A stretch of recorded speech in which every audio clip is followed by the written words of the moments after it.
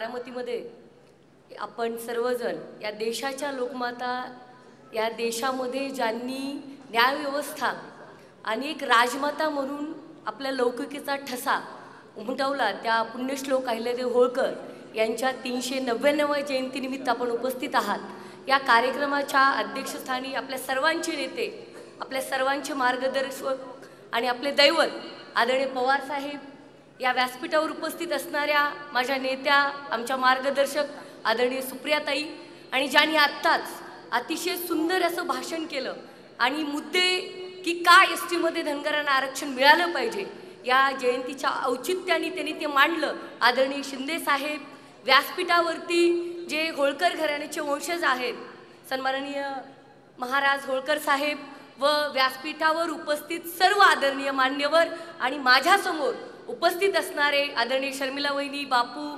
सुदामाप्पा, खोमण्या काका, सगळेजण, कोणाचं नाव विसरलं असेल तर मी माफी मागते, वेळ कमी आहे।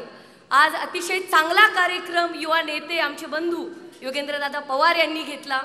खरं तर मी पहिल्यांदाच त्यांनी असं कुठला तरी कार्यक्रम घेता येत आणि मी बघते ताई, तुमच्या प्रचाराच्या निमित्ताने आम्ही बारामतीमध्ये फिरत होतो तेव्हा गावागावामध्ये अतिशय चांगला युवा नेता, सामान्यांची भूमिका समजून घेणारे, लोकांमध्ये रमणारे अशा योगेंद्रदादांची इमेज आहे। आणि काही जण तर म्हणले सुद्धा आकाशात चंद्रन बारामतीत योगेंद्र। त्यामुळे मी तुम्हाला शुभेच्छा देऊ शकते। आता लोकांच्या मनात काय आहे ते लोकसभेला तुम्ही पाहिलं।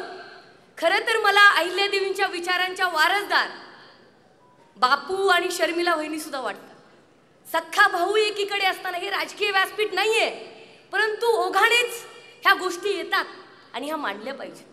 आणि म्हणून मला सांगायचंय की एक स्त्री म्हणून सुप्रियाताईंनी जी भूमिका या बारामती लोकसभेमध्ये मांडली, आदरणीय पवार साहेबांनी जो एक आपल्या सर्वांना एक आदर्श वस्तुपट दाखवला की लोक नैतिकतेच्या मागे, लोक नैतिकता कर्तृत्वाच्या मागे, लोक तुमची दडपशाही, तुमच्या हे सगळ्या भानगडीच्या मागे नाहीत। आणि अहिल्यादेवी एकटी असताना असंच सगळ्यांनी त्यांना कोंडीत धरण्याचा प्रयत्न केला, पण तू हारल्या नाही।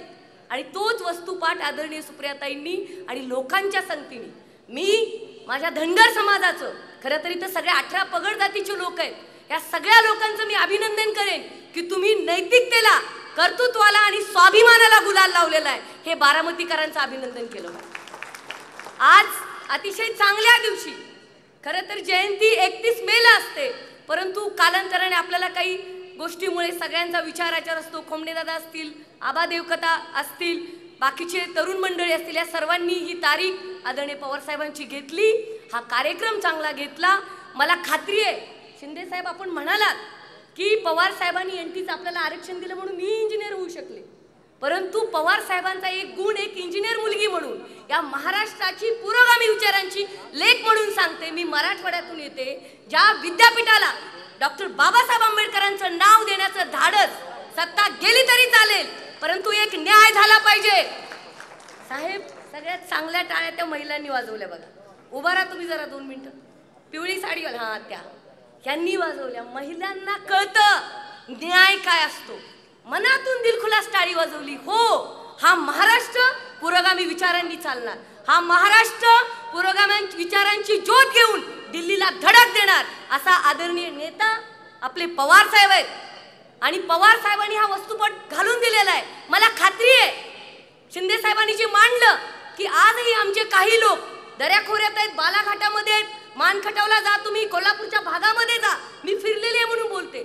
जतला गेले होते इलेक्शनच्या निमित्ताने, तिथं बघितलं मी की काही लोक आजही शेळ्या मेंढ्या घेऊन राणा वनात आहेत। त्यांचा विचार व्हायला पाहिजे ना।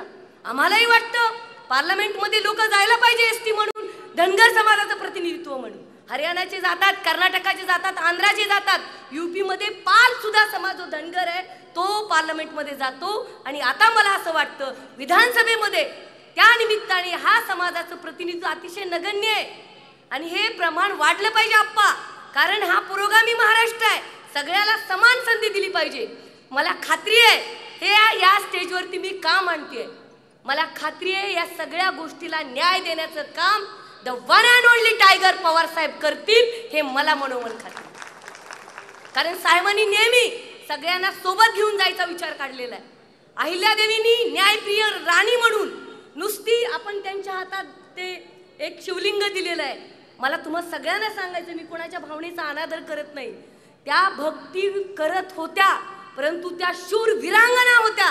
त्यांच्या हातात तलवार सुद्धा होती आणि त्यांनी त्या राघोबा दादांना ज्यांनी दिल्लीमध्ये तख्त राखले ते आमच्या होळकर शाहीच्या जीवावरती राखलं. आणि म्हणून अहिल्यादेवींनी तलवारींच्या जोरावरती त्यांना सुनावलेलं आहे की माझ्या इंदोरकडे, माझ्या माळवा प्रांताकडे तुम्ही डोळे ओटारून बघू नका, मी जिवंत आहे. माझा सासरा गेला, माझा पती गेला, एकटी बाई काहीतरी देऊ तुम्ही बाजूला नाही, वेस ओलांडायचं काम नाही, हे ठणकावून सांगणारी राजमाता पुण्यश्लोक अहिल्यादेवी होळकर होत्या. आणि म्हणून त्यांच्या हातात तलवार असली पाहिजे. तलवार घेऊन त्यांनी राज्य केलेलं आहे. न्यायप्रिय राणी म्हणून त्या इस्टॅब्लिश झालेल्या आहेत. एवढंच नाही, एक चांगलं टेक्सटाईल हब तुम्हाला सांगते. माहेश्वरी साडी ताई सुद्धा खूप आवडीने घालतात.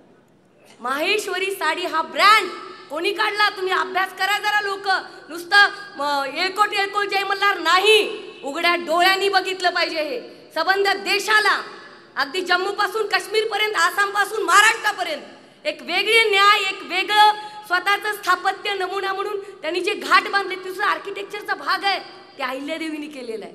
माहेश्वरची साडी हा ब्रँड अहिल्यादेवींनी जगाला दिला. युरोपच्या राणी माहेश्वर मधून घेऊन जायच्या.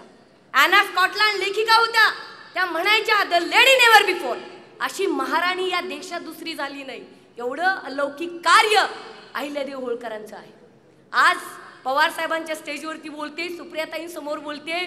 साहेब तुम्ही न्यायप्रिय आहात, त्याचं उदाहरण मी माझ्या समाजाला सांगेन. मी फेब्रुवारी 2022 मध्ये चव्हाण सेंटरला तुमच्याकडे आले होते आणि मी साहेबांना म्हणलं, साहेब सुप्रियाताई जिल्हा परिषदला माझ्या इलेक्शनला प्रचाराला आल्या, तिथल्या नेत्यांची इच्छा नसताना, बलाढ्य नेत्याची इच्छा नसताना आल्या की सक्षणाला आपण दिली पाहिजे संधी म्हणून. तुम्ही आता माझ्या मतदारसंघामध्ये झेडपीच्या लोकार्पण सोहळ्याला या. एक छोटेसं लोकार्पण 7 कोटीच्या दवाखान्याचं. माझ्यासोबत आप्पा कोणी मातबर नेता नव्हता, सभापती नव्हते, झेडपी अध्यक्ष नव्हते, कोणी आमदार नाही. मी साध्या घरची मुलगी आहे, माझा बाप खासदार आमदार नाही. मी एकटी गेले, साहेबांना म्हणलं माझ्याकडे या ना, लोकार्पण करायचंय. साहेबांनी एका मिनिटात मला सांगितलं की मी 6 मार्चला तुझ्या मतदारसंघात येतोय.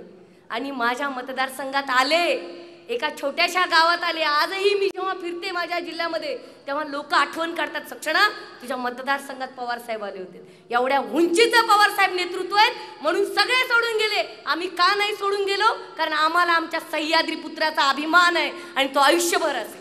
असे न्यायप्रिय नेते पवार साहेब आहेत. आणि सुप्रियाताई सुद्धा अगदी कुठलाही बडेबजावपणा न करता, त्यांची मुलगी म्हणून मला साम्राज्य द्या, मी नेता होते या भानगडीत न पडता सर्वसामान्यांची नेता म्हणून, खासदार म्हणून काम करतात.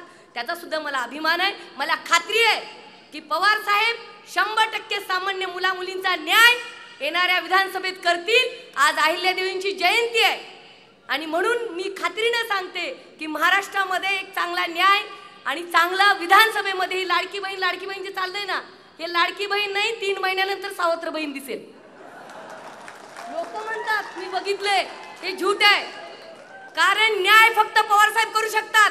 आज तुमच्यातली एखादी दगड फोडणारी वडर समाजाची बाई सरपंच होऊ शकते, तर ते 50% आरक्षण शरदचंद्र गोविंदराव पवार या व्यक्तीने दिलेलं आहे. काय तुम्ही 1,500ची ओवाळणी करता? काय नाटक लावले हे? काय कौतुक? तर 1,500. अरे 1,500ची अगरबत्ती कुठल्या बाजारात लावायची?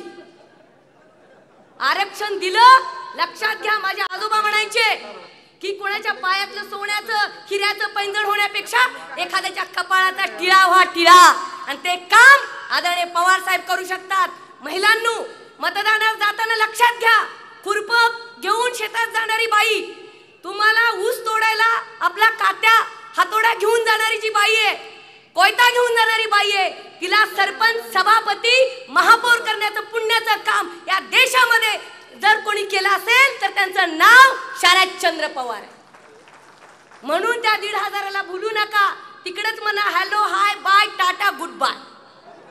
कारण आमचा नेता, आमचं श्वास आदरणीय पवार साहेब आहेत. येणाऱ्या विधानसभेला अहिल्यादेवींच्या विचारांचं, छत्रपती शिवरायांच्या विचारांचं, डॉक्टर बाबासाहेब आंबेडकरांच्या विचारांचं जर राज्य आणायचं असेल तर आपल्याला महाविकास आघाडीच्या पाठीमागे सक्षमपणे उभा राहा. आणि या निमित्ताने शिंदे साहेब, आपण एसटीच्या आरक्षणाचा सुद्धा निश्चित पवार साहेबांच्या मार्गदर्शनामध्ये आपण काम